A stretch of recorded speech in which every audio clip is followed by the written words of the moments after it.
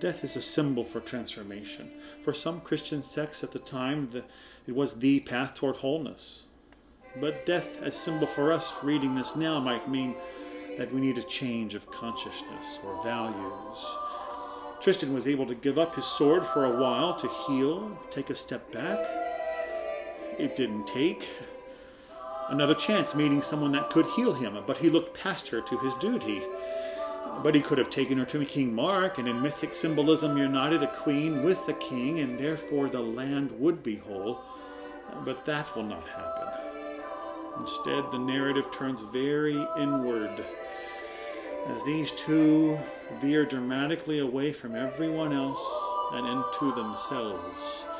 They seem like a couple, but they are not really invested in each other's health and safety. They steal away and hide in a forest for 3 years and stare into each other's eyes while their bodies waste away. They eat roots and leaves and lose themselves in the forest. They look to each other for their soul. Tristan looks for the feminine in Iseult, and she the masculine in him. But they can never grasp it because it's really within them. Not knowing their own bodies and spirit, their love becomes an obsession. Chrétien de Troyes, a 12th century trouvère storyteller, composes a song about the kind of idealized romance of the time. He sings this: "From all ills mine differs. It pleasures me. I rejoice in it. My illness is what I want, and my pain is my health. So much joy within my pain that I am sick with delight." The lovers have drunk death together. They live in death because they are not choosing to live a real life. But after 3 years hiding away, they have another chance to enter the real world. And Iseult goes to the king and becomes part of the life of the kingdom. And Tristan is still wandering. But they give each other a way back. Iseult promises she will call when she needs him, and Tristan wears a ring of green jasper that reminds him of her. He travels and finds a kingdom and meets another Iseult. She is Iseult of the White Hands, another gifted soul. She works her magic in the real world. She is the earthly love that Tristan has never known. She does not need to heal him and just be a partner with him. Remember Tristan's mother dying at birth and transferring sadness to her son. The death of Tristan's mother is the death of the feminine soul, what we call an anima, the thing that Tristan seeks. This Iseult is someone he will not idealize, but with whom he can get to know, become friends with, live with. On the wedding night, as Tristan is being dressed for bed, his green ring, it falls to the floor, and the sound of it forces a vision of Iseult the Fair into the room. We can dwell on the greenness of that ring, and the jealousy and possessiveness it holds. And of course we have other stories about rings that bind us to love or to obsession. We also have pictures like Tristan of our own loves. I see the picture of the fantasy of the idealized love I had for someone. I can do this right now. I picture them. And if I have not loved in healthy ways or have not done the soul work to identify all that makes me valuable, if I have not recovered from my wound, it'll take me a minute to recover from that picture of desire. That is Iseult the Fair, not Iseult of the White Hands. That is your soul calling you to what you think is your greater self, but it can be such a weight to carry, and it's not real life love. Tristan can't sleep with his new real bride. He lies to her.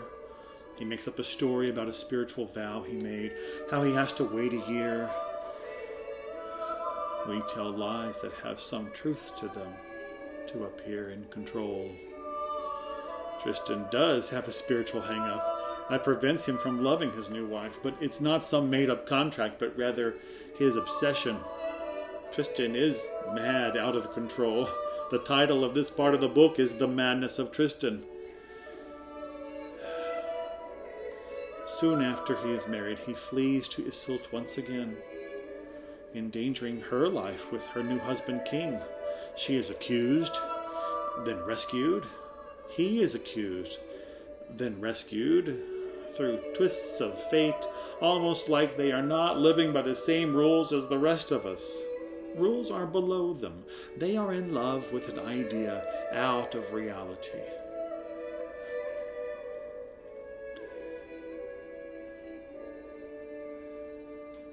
The soul's job is to infinitize the finite.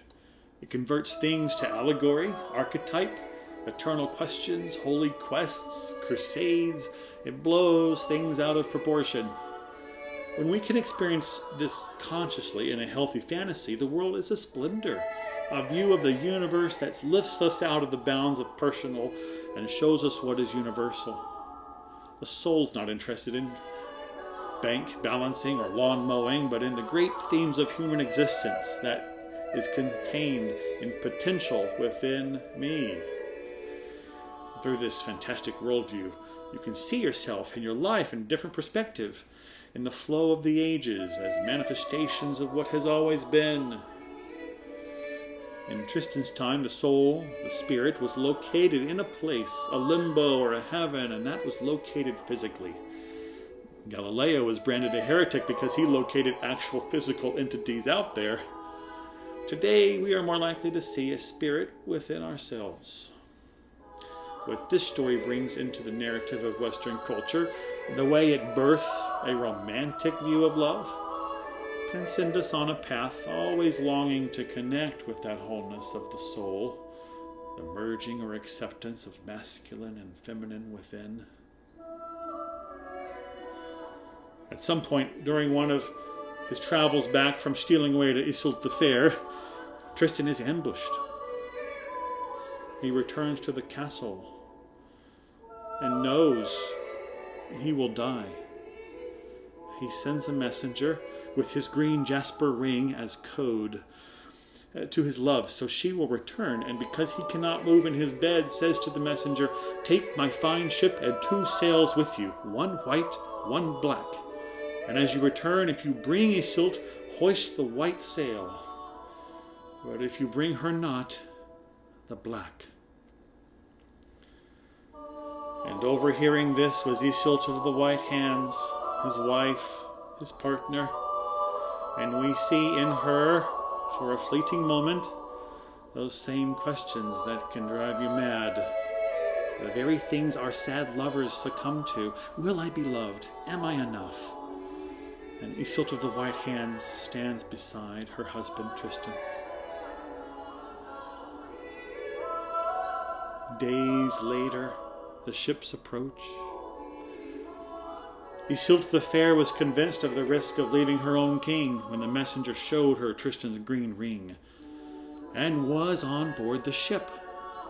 But Tristan cannot even move to see. He asks his wife, who's still at his bedside, "What do you see, wife? What is the manner of the sail?" "I see it plain and well," she says. "They have shaken it out and hoisted it very high, for they have little wind. For its color, why,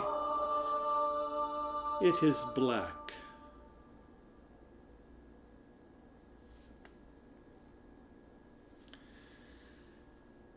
It's like we have to suffer.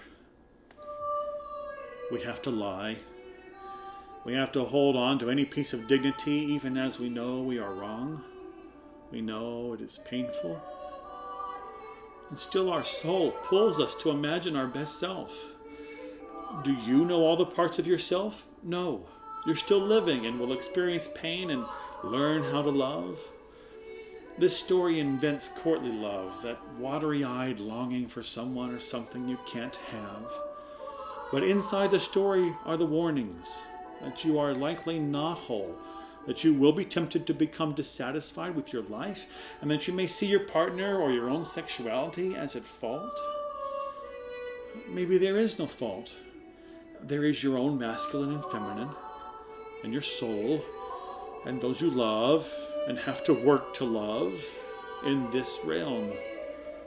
The strongest acts of love are those that move across the aisle, the act of loving, not idealizing your own desire and trying to create it. We learn from others why they attract us or repel us, and we can try to love all of it. During one of our lovers' time together, Isolde worries about Tristan leaving her. She says, "Fold your arms round me close and strain me so that our hearts may break and our souls go free at last. Take me to that happy place of which you told me long ago, the fields whence none return, but where great singers sing their songs forever." You might guess how this story ends, because it has affected stories upon stories afterward, which is why in a great sense we still live with its theme today. Tristan dies with Isolde of the White Hands. Then Isolde the Fair flies in, and upon finding her love dead just minutes before,